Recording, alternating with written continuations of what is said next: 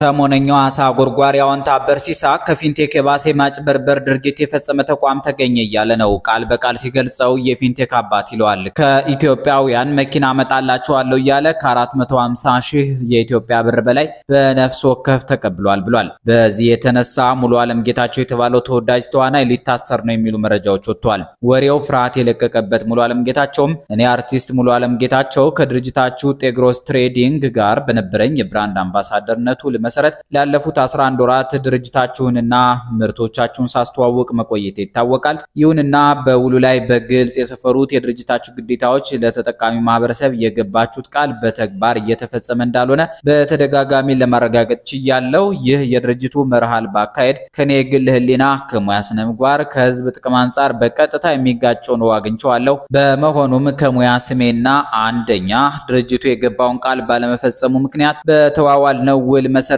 የውል ጥሰት ስለሚያስብለው ይህን መነሻ በማድረግ የብራንድ አምባሳደርነት ውሌን ከዛሬ መጋቢት 25 ቀን 2018 ዓ.ም ጀምሮ በይፋ ማቋረጤን አሳውቃለሁ። ሁለተኛ የክፍያ ጥያቄን በተመለከተ ባለፉት ወራት ስሰራባቸው ለነበሩ የማስታወቂያ ስራዎች እስካሁን ምንም አይነት ክፍያ ያልተፈጸመልኝ በመሆኑ ድርጅቱ ያልከፈለኝን የድካም ዋጋ በአስቸኳይ እንዲከፍለኝ ጠይቃለሁ። ሶስተኛ የካሳ ጥያቄን በተመለከተ በድርጅቱ የአሰራር ጉድለት ምክንያት በስሜና በዝናዬ ላይ ለደረሰው ማህበራዊ ኪሳራ ተመጣጣኝ ካሳ የመጠየቅ መብቴ በህግ የተጠበቀ መሆኑን አሳውቃለሁ። በመሆኑም ከዛሬ መጋቢት 5 ቀን 2018 ዓ.ም ጀምሮ ድርጅቱ የኔን ምስል፣ ድምጽ ወይንም ስም ለማንኛውም የማስታወቂያ ስራ መጠቀም የማይችል መሆኑን አጥብቄ አሳስባለሁ የሚል ደብዳቤ ጽፏል። ታዋቂው የኪነ ጥበብ ሰው ሙሉ ዓለም ጌታቸው እንዲህ የሸሸው ጤግሮስ ትሬዲንግ የዛሬ ዓመት በዚህ ሰሞን በኢትዮጵያ ውስጥ በወጣቶች ስራ አጥነት ላይ የሚያተኩር አዲስ የኢኮኖሚ ቅድ ተጀመረ ተብሎ የተበሰረለት ተቋም ነበር። ያኔ ነጌጡ ተመስገን ጤግሮስ ትሬዲንግ ከሊንካስ ትሬዲንግ እና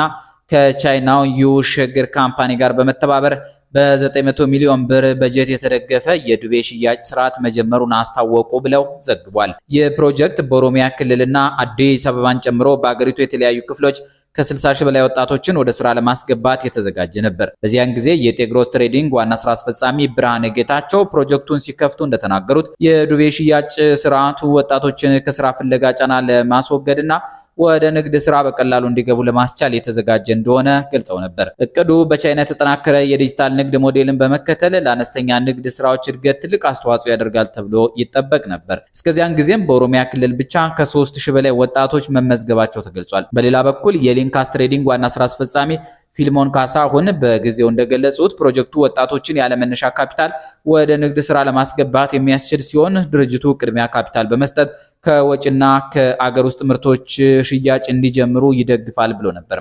እንዲሁም ፕሮጀክቱን ለማጠናከር ዳሽን ባንክ፣ ስንቄ ባንክ እና ኢንሳን ጨምሮ ከመንግስታዊና የግል ተቋማት ጋር ለመስራት መታቀዱ ተገልጾ ነበር። በመጀመሪያው ዙር 10,000 ስራ ፈላጊዎች የአነስተኛ ሱፐርማርኬት ባለቤት እንዲሆኑ እቅድ ተይዞ ነበር። በቀጣይ 5 ዓመታት ውስጥም ወደ ትላልቅ የገበያ ማዕከላት እንዲያድጉ ራዕይ ቀርቦ ነበር። ዛሬ ወፍ የለም። ባለፈው ዓመት ነሐሴ ወር ደግሞ ሊንካስ እና ጤግሮስ ትሬዲንግ ትልቅ የኢኮኖሚ ስምምነት ፈጸሙ ተባለ። ምንድነው ብለን ዜናውን ስንገልጥ በኢትዮጵያ ውስጥ በንግድ በቴክኖሎጂና በስራ ፈጠራ ዘርፎች ላይ ትልቅ ተጽዕኖ የሚኖረው አዲስ የሀገር ውጭ ትብብር ተፈጸመ ተባለ። ስንቀጥል ሊንካስ ትሬዲንግ እና ጤግሮስ ትሬዲንግ ከቻይና ከመጣው ሻንዶንግ ሊሚንቶንግ ካምፓኒ ጋር በተለያዩ የኢኮኖሚ ዘርፎች ላይ በጋራ ለመስራት የመግባቢያ ሰነድ ተፈራርሞ እናገኛቸዋለን። ይህ ስምምነት በንግድ ልውውጥ ላይ የተገደበ ሳይሆን በሀገር ውስጥ የምርት አቅምን ለማሳደግና የስራ ዕድል ፈጠራን ለማጠናከር የተለያዩ ስልቶችን ያካተተ ነበር። ዋና ዋና የትብብር መስኮችም አንደኛው ከቻይና የኤሌክትሪክ መኪና ማስመጣትና በሀገር ውስጥ መገጣጠም፣ ልክ እንደ ፊንቴክ ማለት ነው። የኤሌክትሪክ ቻርጅ ጣቢያዎች ግንባታም አለበት። በዝቅተኛ ዋጋ ተገጣጣሚ ቤቶች ልማትም ታክሏል። እንደ ቡና፣ ማርና አቮካዶ ያሉ የኢትዮጵያ የግብርና ምርቶችን ወደ ቻይና ገበያ ማቅረብም ተጨምሯል። ጥራት ያላቸው የቻይና ምርቶችን ወደ ሀገር ማስገባትም አይቅርብን ተብሏል። ዓለም አቀፍ ኤግዚቢሽኖችና ባዛሮችን በጋራ ማዘጋጀትም ታክሏል።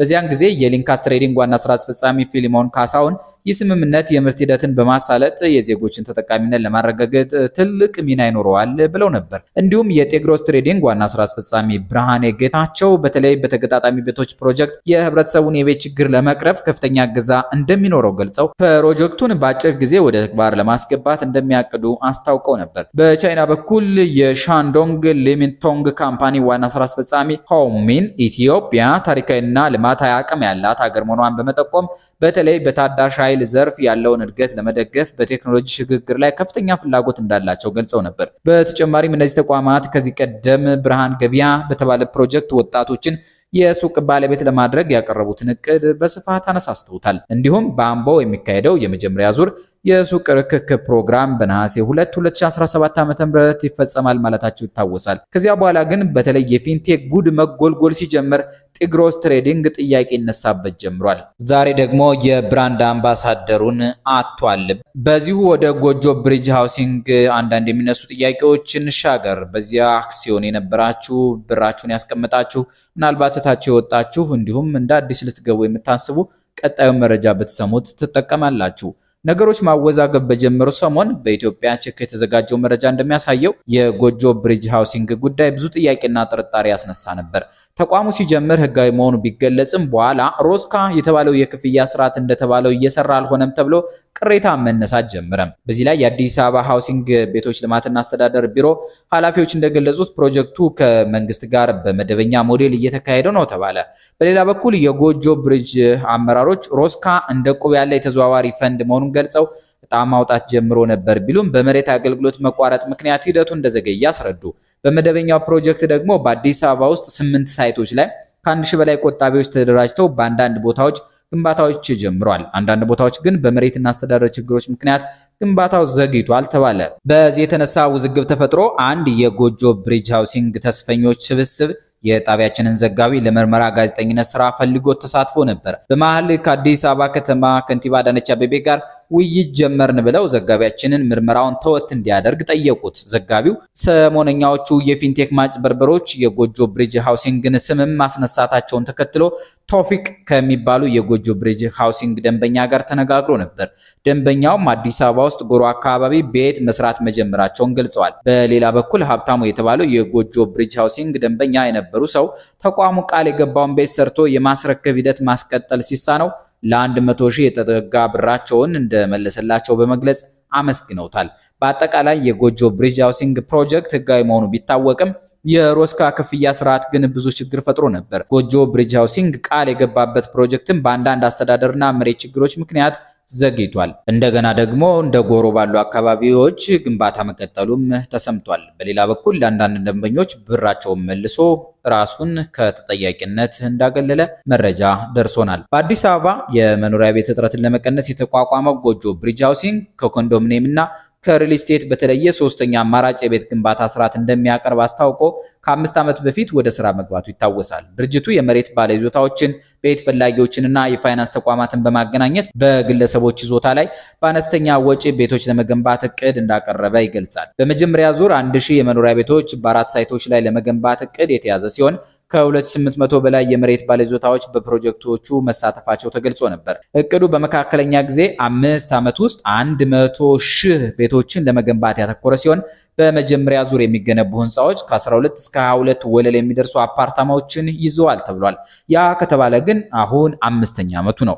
ግቡን ማሳካቱ ደግሞ ያጠራጥረናል። የጎጆ ብሪጅ ሃውሲንግ ስርዓት ከኮንዶሚኒየም የዕጣ ስርዓትና ከሪል ስቴት ከፍተኛ ዋጋ በተለየ መልኩ ለዝቅተኛና መካከለኛ ገቢ ላላቸው ነዋሪዎች ተደራሽ መሆኑ ይነገርለታል። በአጠቃላይ ጎጆ ብሪጅ ሃውሲንግ የመሬት ባለቤቶችንና ቤት ፈላጊዎችን በማገናኘት የቤት ግንባታን በአነስተኛ ወጪ ለማሳካት የሚሞክር አዲስ ሞዴል እንደሆነ ተገልጿል። ከሰሞነኛው የአጭበርባሪዎች ዝርዝር ውስጥ ግን የገባ አይመስልም። አሁንም ግን ሰፊ ምርመራ ይፈልጋል። ራሱን ነፃ ለማውጣት ከፈለገም የቤታችንን አስተያየት መስጫ መጠቀም ይችላል። አድራሻችንን በሌላ አማራጮችም ማግኘት ይችላል። ይህ ብቻ ሳይሆን የፊንቴክ ታላቅ ወንድም የተባለው ቲግሮስ ትሬዲንግም ሊያገኘን ሊያነጋግረን አስተያየት መስጫው ላይ እኔ ደህና ነኝ፣ ሰላማዊ ነኝ፣ እየሰራሁ ነው ሊለን ይችላል። ይበልጥ አጣርተን ቀጣይ ለእናንተ ተመልካቾቻችን የሚበጅ መረጃ ይዘን እንቀርባለን። ሰናይ ጊዜ